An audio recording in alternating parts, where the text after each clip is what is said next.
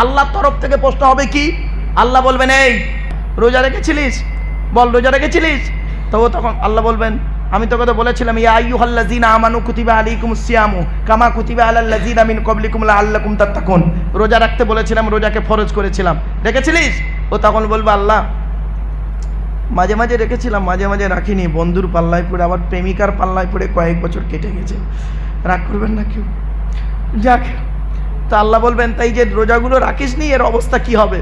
কাফারাও তো দিসনি, একটা রোজা না রাখতে পারলে একটা ফেতরা, তাও তো করিসনি, অবস্থা কি বল? তা বলবে আল্লাহ, ওই একই উত্তর। আল্লাহ বলবে, যা, রোজাটাও আমি নয় ক্ষমা করে দিলাম, যা, তুই শিরক করিসনি তো, লা ইলাহা ইল্লাল্লাহ মুহাম্মদ রাসূলুল্লাহ বলেছিস, ঠিক আছে, মাফ করলে করতে পারি, পরে দেখছি, দাঁড়া কিছুদিন কেলানি খা, তারপরে দেখাচ্ছেন, দেখছি, ভাবছি। তাহলে আল্লাহর তরফের প্রশ্নগুলো কম বেশি আপনি আমি আল্লাহর কাছে কি, আল্লাহ ইচ্ছা করলে আমাদের কি মাফ করতে পারেন। কিন্তু বেটা ধরা পড়বে এই বান্দার প্রশ্নে। কার কার? শুনে নিন কি প্রশ্ন হবে। আল্লাহ বলবে, এই পৃথিবীতে তুই স্বামী হিসাবে কতটা ভালো বল, স্বামী হিসাবে কতটা ভালো? বিয়ে করলেই স্বামী হয়ে গেলে না? বাহ বাহ বাহ, স্বামীর দায়িত্ব নেই?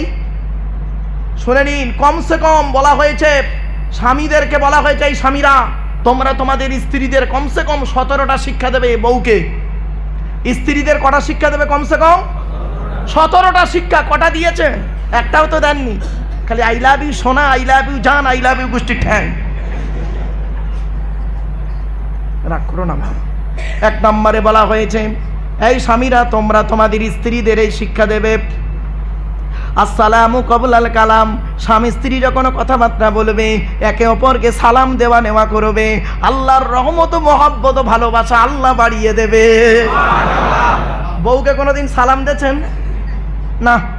শালিকে সালাম দিচ্ছে, শালিকে। আর দাদার শালিকে ঘন ঘন মোবাইলে মিস কল, তোর মোবাইল বাস্ট করবে। এই বাচ্চাটা হাসছে, বললে হবে? এসব কি নরমালের বাচ্চা? এসব সিজারের বাচ্চা, বহুত চালাক। আর মুরব্বী বাপ কিরম হাসছে, কি আশ্চর্য। চলো বাপ আগিয়ে যাই। তাহলে 1 নাম্বার হলো কি? 1 নাম্বার হলো আসসালামু ও বাপ উঠে চলে যাচ্ছে নাকি? আসবো আসবো, তাই ভালো, তাই ভালো। কারণ কি জানেন, এই বক্তব্য করতে করতে কেউ যদি বাস্তব, অনেকে পেশাব ফিরতে যায় না, একটু হাজতের জন্য বাইরে গেল। আমার জীবনের অভিজ্ঞতা, নদিয়া জেলায় ওয়াজ করছি 2000 সালে ওয়াজ করছি নদিয়া জেলায়। তো আমার খোকা মৌলানা বলে একজন বক্তা আছে, নাম শুনেছেন? এই অরিজিনাল খোকা বলছি, বুড়ো হয়ে গেছে, অরিজিনাল খোকা, বুড়ো, এখন বুড়ো হয়ে গেছে, আমার খুব বন্ধু লোক। তো ওনার টাইম ছিল 10টা থেকে 12টা, আর 12টা থেকে 2টো হলো আমার টাইম। আমার তখন সাদা দাড়ি, এই কালো দাড়ি। তো আমি যেই উঠেছি, আমি উঠেই প্রথম টান টন দিইনি, ওই টুকটুক করে কথা বলছি। তা 2-4 জন শ্রোতা পেশাব ফিরতে যাচ্ছে। তা জলসা কমিটির একটা লোক এসে আমাকে বলল, অত লোকের সামনে মাথায় গামছা বেঁধে, হুজুর হুজুর ভালো করে টেনে টেনে ওয়াচ করো, শ্রোতা উঠে চলে যাচ্ছে, তোমার পয়সা দেবনি বলো। আমি বললাম, বাবা তোরা কেউ উঠিসনি, যা করার দরকার ওকে নেই কর। একটু হাসির চলে বললাম, মাইন্ডটা ফ্রি করলাম, প্লিজ অ্যাটেনশন, চলে আসুন। তো 1 নাম্বার হলো কি, আসসালামু কবলাল কালাম। এই স্বামীরা তোমরা তোমাদের স্ত্রীদেরকে প্রথম শিক্ষা দেবে, সালাম দেওয়া নেওয়া করবে। 2 নাম্বার হলো, এই স্বামীরা তোমরা তোমাদের স্ত্রীদেরকে এই শিক্ষা দেবে, তারা যেন কোনোদিন কাবা শরীফের দিকে মুখ করে কোনোদিন থুতু যেন না ফেলে। ও নিজে পান, তেরেঙ্গা, খৈনি, গুটকা, বিমল, শান্তি, অশান্তি, এখন একটা কি বেরিয়েছে, ডাইরেক্টর। হ্যাঁ, এ মুরব্বি জানে, আমি ভাবলাম শুধু ইয়াং ছেলেরা জানে। যাক, ভালো, চলেন। 2 নাম্বার হলো কি, এই শুনে নিন, আপনারা শুনে নিন বাপেরা, কিয়ামতের মাঠে আপনাদের ধরা হবে। আল্লাহ ধরবেন, আমি ধরবো না, আল্লাহ ধরবেন যে তুই তোর স্ত্রীর এই দায়িত্বগুলো পালন করেছিস কিনা বল। তিন নম্বরে বলা হয়েছে এই স্বামীরা তোমরা তোমাদের স্ত্রীদেরকে এই শিক্ষা দেবে তারা যেন কোনোদিন কাবা শরীফের দিকে মুখ করে কোনোদিন পেশাব পায়খানা যেন না ফেরে। চার নম্বরে বলা হয়েছে তোমরা তোমাদের স্ত্রীদেরকে এই শিক্ষা দান করবে তারা যেন কোনোদিন কাবা শরীফের পেছন ফিরে যেন পেশাব পায়খানা যেন না ফেরে। তারপরে বলা হয়েছে তোমরা তোমাদের স্ত্রীদেরকে এই শিক্ষা দান করবে তারা যেন কোনোদিন গোসলখানায় কি বলেন বাবা আপনারা গোসলখানা বলেন না বাথরুম বলেন কোনটা? গোসলখানায় তারা যেন কোনোদিন পেশাব যেন না ফেরে। বাবারা কোনোদিন গোসলখানায় পেশাব ফিরবেন না, পেশাব পায়খানা আলাদা জায়গায় করবেন, আর গোসল যেখানে করবেন খবরদার ওখানে পেশাব ফিরবেন না, নবীজি নিষেধ করেছেন। গোসলখানায় তারা যেন পেশাব যেন না ফেরে। তারপরে বলা হয়েছে তোমরা তোমাদের স্ত্রীদেরকেই শিক্ষা দান করবে তারা যেন কোনোদিন গোসলখানায় উলঙ্গ অবস্থায় গোসল যেন না করে। আল্লাহর নবী যখন এই কথাটি বললেন, নবীর স্ত্রী আয়েশা আম্মাজান বললেন, আম্মাজান আয়েশা বললেন ইয়া রাসূলুল্লাহ আমরা তো মেয়ে ছেলেরা গোসলখানায় যখন গোসল করি দরজা বন্ধ করে গোসল করি, উপরে কেউ ছাওয়া থাকে কেউ দেখতে পায় না। আল্লাহর নবী বললেন আয়েশারি কেউ দেখতে পায়নি কথাটা তুমি ভুল বললে, তোমার আল্লাহ দেখতে পাচ্ছে, দুই কাঁধে দুই ফেরেশতা দেখতে পাচ্ছে। কি বুঝলেন? বাড়ি থেকে ভাববেন। এরপরে বলা হয়েছে তোমরা তোমাদের স্ত্রীদেরকে এই শিক্ষা দান করবে 5 ওয়াক্ত নামাজের শিক্ষা দেবে। ও স্বামী নিজেই নামাজ পড়ে না তা বউকে বলছে। এরপরে বলা হয়েছে তোমরা তোমাদের স্ত্রীদেরকে এই শিক্ষা দান করবে হারাম থেকে বর্জন করার শিক্ষা তুমি তোমার স্ত্রীকে দেবে, আর হালালকে গ্রহণ করার শিক্ষা দেবে। এরপরে বলা হয়েছে তোমরা তোমাদের স্ত্রীদেরকে এই শিক্ষা দান করবে তারা যেন মাথার বালিশ, এই হাতের চুড়ি তারা যেন কোনোদিন একের বেশি ব্যবহার যেন না করে। বাবাজি মা বোনেদের বলে যাচ্ছি, মা বোনেরা শুনছে? হ্যাঁ, এই মা বোনেরা ভালো করে শুনে নিন, এক হাতে একটা চুড়ি পরবেন, এক হাতে দুটো চুড়ি পরা নিষেধ আছে। আল্লাহর নবীর সাহাবী হযরত ওমর ফারুক রাদিয়াল্লাহু তাআলা আনহু বললেন ইয়া রাসূলুল্লাহ আমার স্ত্রী যদি এক হাতে 2 বা 2 এর বেশি চুড়ি পরে ক্ষতিটাই কি? আল্লাহর নবী বললেন ওমর তোমার স্ত্রী যদি এক হাতে 2 বা 2 এর বেশি চুড়ি পরিধান করেন ওই স্ত্রীর চুড়ির ঝুনঝুনি আওয়াজটা পরপুরুষের জন্য হলো হারাম। সুতরাং এক হাতে একটা চুড়ি পরবে। আর অনেক মা বোন আছে দেখবেন একদম এত দূর, ঠিক না বেটি? আর কিনে দেয় এই সব বাপ মায়েরাম, খবরদার নয়, বাপ অনুরোধ করে বলে যাচ্ছি এক হাতে একটা চুড়ি পরাবেন স্ত্রীকে। এরপরে বলা হয়েছে তোমরা তোমাদের স্ত্রীদেরকে এই শিক্ষা দান করবে তারা যেন মাথার বালিশ, কি বলেন, মাথার বালিশ তারা যেন কোনোদিন দুটো ব্যবহার যেন না করে। স্বামী স্ত্রী যখন ঘুমাবে একটি মাত্র লম্বা বালিশে এক বালিশে মাথা রেখে ঘুমাবে, আল্লাহর রহমত মহব্বত ভালোবাসা আল্লাহ বাড়িয়ে দেবে। এই ওয়াজটা শোনার পরে অনেক মুরব্বী বাবাজি মনে মনে বলছে ওরে মারুফ 20 বছর আগে চটা লস্কর পড়ায় ওয়াজটা কেন করলি না? তোর চাচি আর শুতে নেই না। রাগ করো না, দোষটা কি আমার বাপের তো দোষ, আমার বাপ বে করতে দেরি করেছিল। রাগ করো না বাবা, গিয়ে যাচ্ছি। আচ্ছা চলুন একটা ছোট্ট কথা বলি, এর পেছনে একটা আশ্চর্য কথা বলি, শুনে নিন।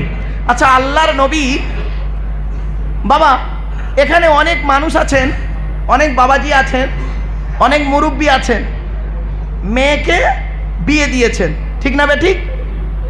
আর অনেকে আছেন ছেলেকে বিয়ে দিয়েছেন, তাই তো বাবা?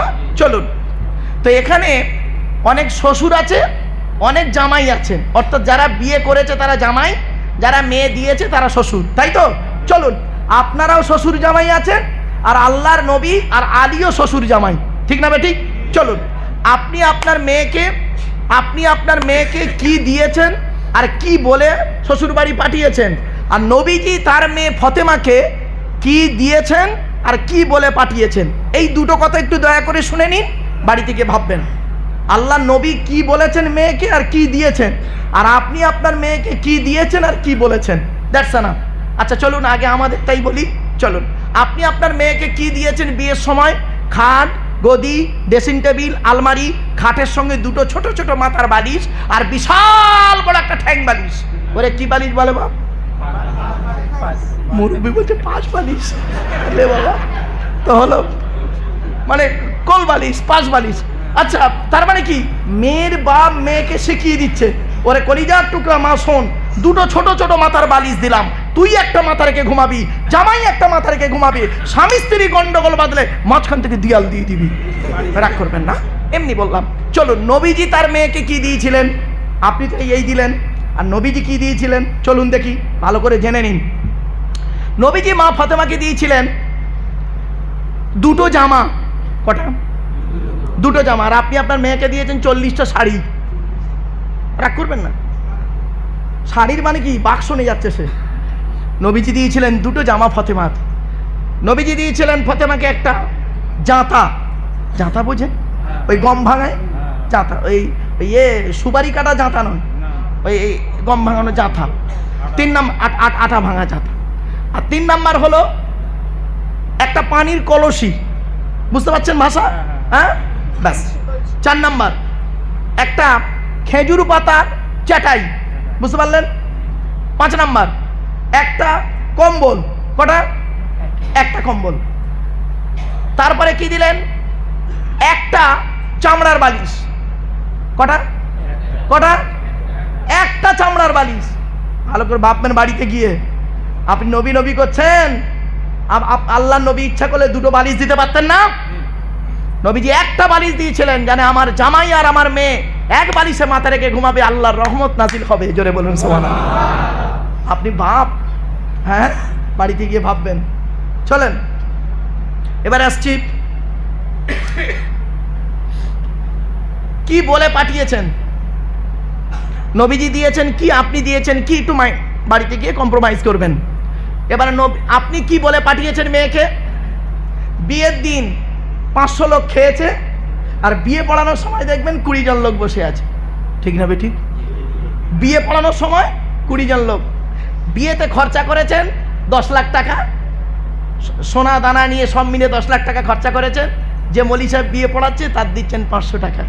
ভুল বিয়ে পড়িয়ে দিলে বিপদ হয়ে যাবে, বলে গেলাম। খুব সাবধান বাবা, এজন্য আপনাদের বলছি, মাথায় রাখবেন।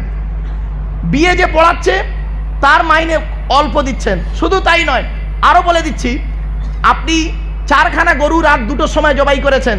গরুগুলোর দাম হলো এক একটার দাম ধরুন 30-40 হাজার টাকা করে। 1,20,000 টাকার গরু জবাই করেছেন। কেন? পরের দিন বিরিয়ানি করে 700 লোক খাবে। যে জবাই করলো রাত 2টোর সময় উঠে, তারে আপনি দিলেন 100 টাকা কি 150 টাকা পিস গরু, 600 টাকা। বাড়ি থেকে ভাববেন, একটু বিবেককে প্রশ্ন করবেন, খারাপ সেন্স নেবেন না। 1 কেজি ইলিশ মাছ দিয়ে 1 কেজি ইলিশ মাছ কিনে বউকে এনে বলেছেন এটা ভালো করে ভাজো তো। তেল দিয়েছেন কত? 25 গ্রাম সর্ষের তেল। তা 25 গ্রাম সর্ষের তেলে 1 কেজি ইলিশ মাছ ভাজা পাবেন না পোড়া মাল পাবেন? বিবেককে প্রশ্ন করুন, নিজেই পেয়ে যাবেন উত্তরটা। চলুন এগিয়ে যাচ্ছি। এরপরে আসছি, শুনে নিন। আপনি আপনার মেয়েকে কি বলেছেন? বিয়ের দিন বিয়ে হয়ে গেল, সব বরযাত্রীর গাড়ি চলে গেছে, একটা গাড়ি বাকি আছে। কার গাড়ি? আরে ভাই বলুন না। বরের গাড়ি বাকি আছে। মেয়ে উঠছে, মেয়ে জামাই উঠছে বরের গাড়িতে।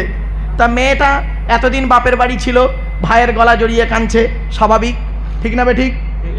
বাপের গলা জড়িয়ে কাঁদছে। বাপও কলিজার টুকরা কন্যা, বাপ তার মেয়েকে খুব ভালোবাসে। দেখবেন বাপের টান মেয়ের দিকে, আর মায়ের টান ছেলের দিকে। এটা আল্লাহ পাকের দেওয়া নিয়ামত। এই ক্রস চিহ্নটা আল্লাহর দেওয়া নিয়ামত।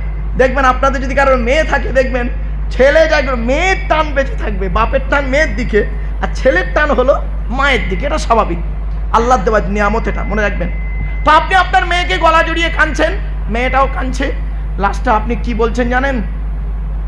বাপ তার মেয়েকে বলছে, মা কাঁদিস নি, আমরা কাল সকাল সকাল যাচ্ছি। সকালবেলাকে কি করবি বে? হ্যাঁ, তুই সকালবেলাকে কি করবি? সেখানে তুই তো গিয়ে খেয়ে চলে আসবি বে। কথাটা বুঝতে পারলেন না? সকাল সকাল যাচ্ছি। আর নবীজি কি বলেছিলেন? নবীজি কি বলেছিলেন শুনে নিন, চমকে যাবেন। এই মা বোনেরা ভালো করে শুনে নিন, মানুষের চামড়া যদি গায়ে থাকে। নবীজি তার মেয়েকে কি বলেছিলেন শুনে নিন। আর আপনি আপনার মেয়েকে কি বলেছেন? নবীজি তার মেয়েকে বলছে, যেদিন ফাতেমা আলীর বাড়ি যাচ্ছেন, ফাতেমা বলছেন, আব্বাজান মা তো নেই, আল্লাহর ডাকে সাড়া দিয়ে চলে গেছে, তো আমি আজকের শ্বশুর বাড়ি যাচ্ছি। আপনি আমাকে কিছু উপদেশ দিন। নবীজি বলছে, ফাতেমা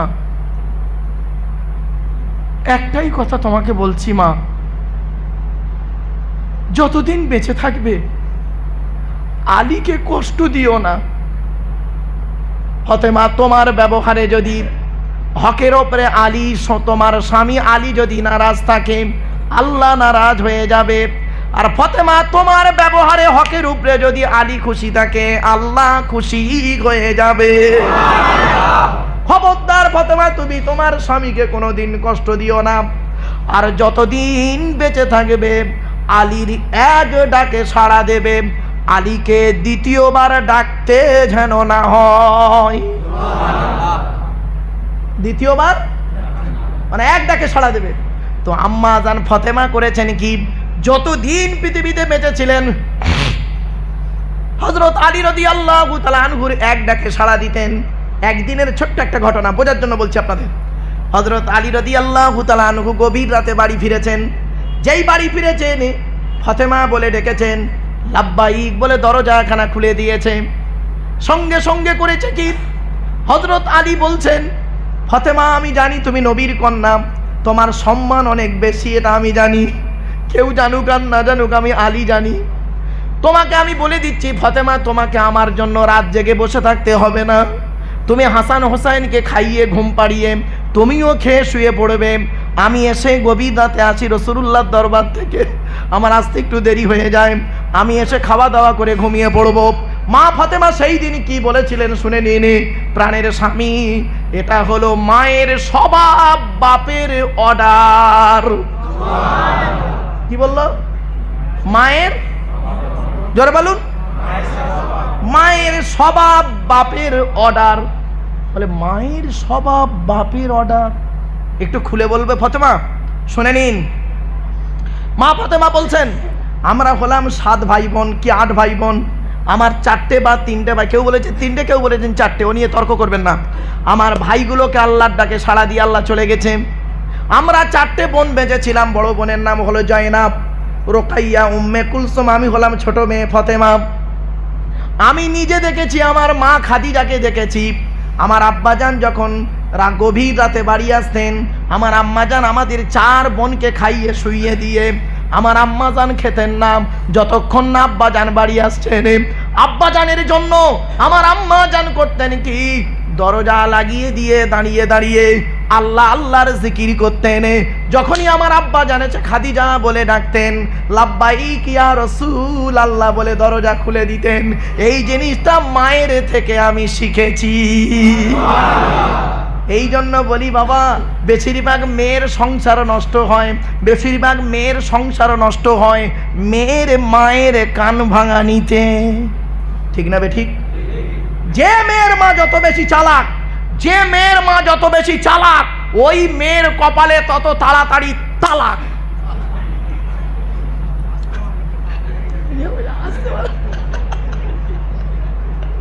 অসুবিধা হচ্ছে না বাবা? এই জন্য বলি চাই তাই মেয়েকে বিয়ে করো না। এই যুবক ছেলেরা, এখানে অনেক অবিবাহিত যুবক আছে না? হ্যাঁ, এই যুবক ছেলেরা শুনে নাও, যারা বিয়ে করেছে তারা এখন পস্তাবে। এই আয়াতটা শুনে পস্তানোর কোনো ব্যাপার নেই। আবার সব জিনিসকে ধুয়ে মেজে ঠিক করা যায়, ঠিক না বে ঠিক? অ্যাকুয়ারিয়াম, অ্যাকুয়ারিয়াম বুঝেছেন? অ্যাকুয়ারিয়াম, ওরে বাবা মাছ থাকে। অ্যাকুয়ারিয়ামের ভেতরে পাথর থাকে না? তা পাথরগুলো যখন অনেক ময়লা পড়ে যায়, 15 দিন 1 মাস ছাড়া ছাড়া ওই পাথরগুলো কি করে বের করা হয়? একটা বালতি এনে অন্য পানিতে মাছগুলো তুলে নিয়ে ওই অ্যাকুয়ারিয়ামের পাথরগুলোকে ভালো করে সার্প দিয়ে ঘষে মেজে আবার দিয়ে নতুন পানি দিলে চকচক করে। তো টেনশন নেওয়ার প্রয়োজন নেই। কোন মেয়েকে বৌমা করবেন, যারা করে ফেলেছেন তারা অ্যাকুয়ারিয়ামের মতো পরিষ্কার করে নেবেন। বাপেরা বাড়ি থেকে ভাববেন, আমার কথাগুলো শুনতে একটু কেমন কেমন লাগছে না বাবা? অসুবিধা হচ্ছে আপনাদের? আর একটু হবে না বন্ধ করতে বাবা? হবে? আচ্ছা চলো না বাবা, ফজরের নামাজও পড়বে না আমার বাপেরা। চলেন, কোন ছেলেকে জামাই করবেন? কোন ছেলেকে জামাই করবেন? যে ছেলের মধ্যে 2টো গুণ পাবে। কটা কটা কটা? যাই তাই ছেলেকে জামাই করবে না। এই মা বোনেরা, যুবতী মেয়েরা শুনে নাও, যাকে তাকে যেই কোনো ছেলেকে জামাই পাল্লায় পড়ুনি, প্রেমে কোনো ছেলের পাল্লায় পড়ুনি। মনে রেখো, সব ছেলে সমান নয়। আর খালি একলা বাপের একটা ছেলে থেকে বিয়ে করতে যাওনি, ভালো করে দেখবে ছেলেটা যাচাই বাছাই করবে। অনেকে তো মেয়েকে যাচাই বাছাই করে, ওই ছেলেটা যাচাই বাছাই করেন না, ভালো করে যাচাই বাছাই করবেন। অনেক মেয়ে ছেলে আছে বোকার মতো বোঝে না, হ্যাঁ, ও লেখাপড়াই করে না, 420 বা ছেলে, কিচ্ছু নেই, বেকার জিনিস। ও করেছে কি, ওর বন্ধু একটা মোটরসাইকেল কিনেছে, বন্ধুকে বলেছে, বন্ধু আল্লাহর কিরে ভাই তোর মোটরসাইকেল একটু দিবি, আমি একটু ঘুরে আসবো। তা বন্ধুকে বলছে যাই একটু চালা। তো চালাতে দিয়েছে, ও সোজা নতুন মোটরসাইকেল এনে ওর প্রেমিকার ঘরের সামনে দাঁড়িয়ে আছে। কে রে? ঢেকে দাঁড়িয়ে আছে। ওর প্রেমিকা দুতলা থেকে দেখছে মেয়েটা দেখছে, ওরে বাবা, ছেলেটার প্রচুর টাকার মালিক, মোটরসাইকেল নিয়ে এসছে। হঠাৎ দেখছে ওখানে দাঁড়িয়ে অন্য একটা ছেলেকে ফোন করছে। ফোনটার দূর থেকে মেয়েটা দেখছে, ফোনটার পেছনের কভারটা হলো আপেল কামড়ার মানে আইফোন, আর সামনের দিকে মাল বোতাম টেপা। হলো আমার মুরব্বী বাপ, এই জীবনে এরকম আর শোনেনি। একদম বাস্তব বলছি রে বাপ, একদম বাস্তব অভিজ্ঞতা আমার। তো যাই হোক, এখন মেয়েটা প্রেমে পড়ে গেল। মেয়েটা প্রেমে পড়ে গেল। এই জন্য বলে দিচ্ছি, এই যুবতী মেয়েরা আর বাবাজিদের বলে যাচ্ছে, আপনাদের যাদের মেয়ে আছে, যাই তাই ছেলেকে জামাই করো না। যে ছেলের মধ্যে 2টা গুণ পাবে, কটা যে ছেলের মধ্যে 2টো গুণ পাবে, সেই ছেলেকে জামাই করবে। আর কোন মেয়েকে বৌমা করবে?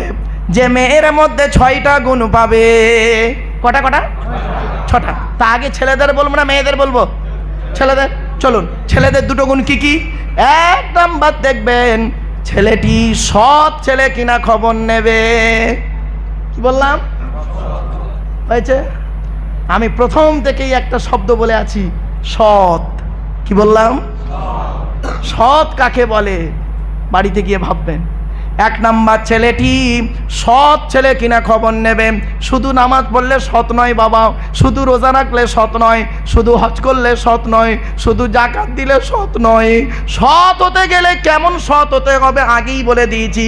1 নাম্বার, ছেলেটি সৎ ছেলে কিনা খবর নেবে।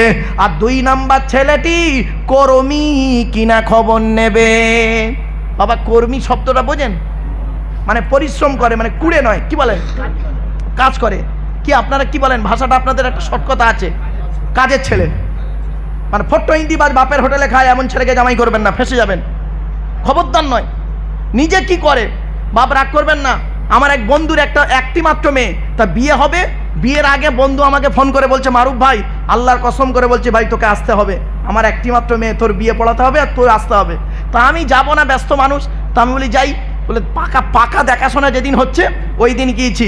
গিয়ে দেখছি ছেলের তরফের লোকেরা এসছে, অনেক পাকা দেখাশোনা হচ্ছে, অনেক লোক এসছে। তো ওরা আমাকে প্রথম চিনতে পারেনি। আমি প্রথম ঘরের ভেতরে ঢুকে, ওরা অনেক সংখ্যায় আছে, আমি বললাম আসসালামু আলাইকুম। তা ওরা বললো ওয়ালাইকুম আসসালাম। বলার পরে আমি বসেছি, বসে ওদেরই ছেলের তরফের লোককে একজনকে জিজ্ঞাসা করছি, ভাই ছেলে কি করে? আচ্ছা ভাই, এই প্রশ্নটা করা কি আমার খুব বড় অপরাধ হয়েছে? হ্যাঁ? পাশ থেকে একটা লোক কি বললো শুনবেন? ছেলের তরফের লোক বলছে, ছেলের খালু হাফেজ।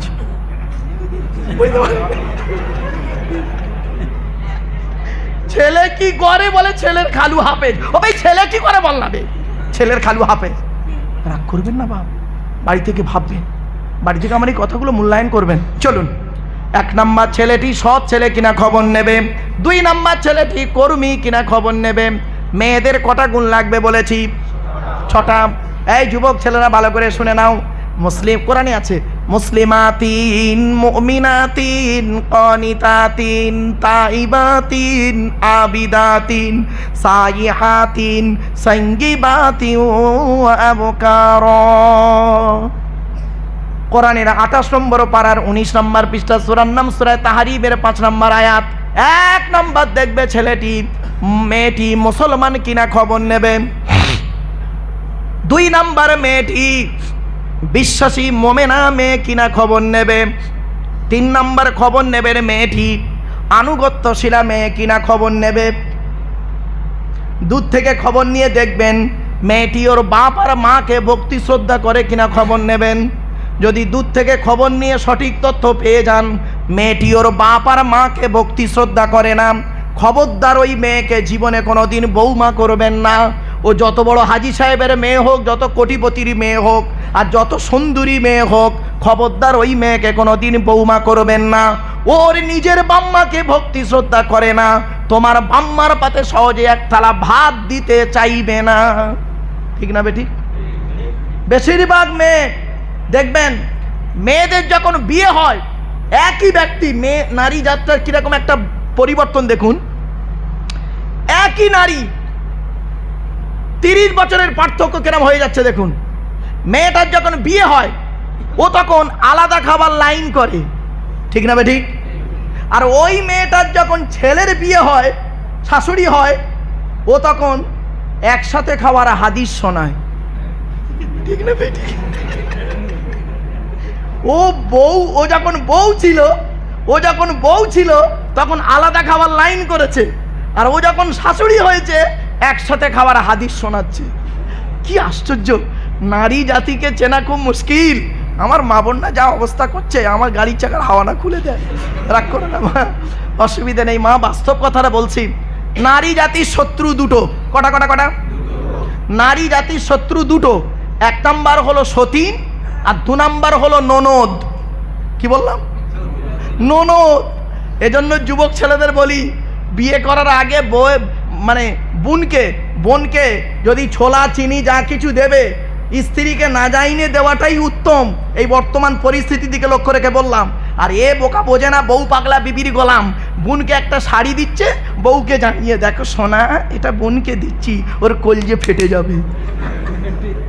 বোকা কথাকারে, বউকে না জানিয়ে দেওয়াটাই উত্তম। আর এ বোকা বোঝে না তো। কেন? আচ্ছা, কেন বইয়ের অনুমতি নেবে না? কেন নেবে না বইয়ের অনুমতি? ওকে নিতেই হবে বইয়ের অনুমতি। কেন জানেন? যেদিন বিয়ে পড়ানো হয়েছিল, বাসর রাত, ফুলসজ্জার রাতে বলেছিল 50,000 টাকা 5 ভরি সোনা ইয়াম্মা গাড়ির বিনিময়ে আজ থেকে আমি তোমার বাপের কেনা চাকর গোলাম হইয়া গেলাম। তুমি যাহাই বলিবে তাহাই শুনিব। যদি গন্ডগোল করি কোনো মারিতে দ্বিধাবোধ করিবে না। তোমার বিনা অনুমতিতে অন্য কোনো কাজ করিব না। যদি করিয়া থাকি জেল খাটিয়া মরিব।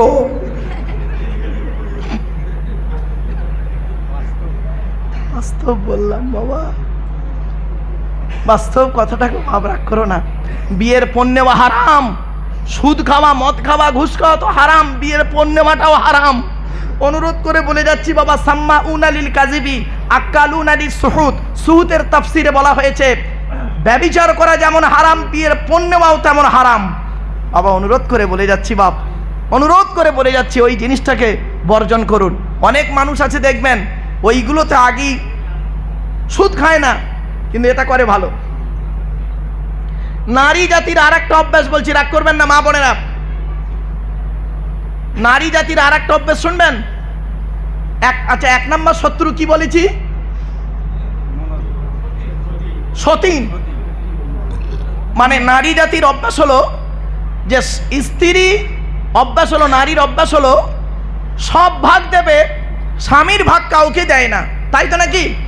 এই দেখেন কি হচ্ছে, স্বামী মরে যায় যাক, সতীন তো বিধবা হলো। ও নিজে যে বিধবা হয়ে গেছে ওর খেয়াল নেই। স্বামী মরে যায় যাক, সতীন তো বিধবা হলো। মানে সতীনকে জব্দ করতে গিয়ে স্বামী মরে গেছে, ওর স্বামীও যে মরে গেছে ওর খেয়াল নেই। শুধু তাই নয়, রাগ করো না মা বোন, অনুরোধ করে বলে যাচ্ছি, আল্লাহর কোরআনের আয়াত দিয়ে বলে গেলাম মা বোনেরা। তার 3 নাম্বার হলো কনিতাতিন, আনুগত্যশীলা মেয়ে কিনা খবর নেবে। 4 নাম্বার হলো তাইবাতিন, তওবাকারী মেয়ে কিনা খবর নেবে। এই যুবক ছেলেরা, 5 নাম্বার হলো আবিদাতিন, ইবাদতকারী মেয়ে কিনা খবর নেবে। মেয়েটা 5 ওয়াক্ত নামাজ পড়ে কিনা খবর নেবে। মেয়েটা রমজান মাসে রোজা রাখে কিনা খবর নেবে।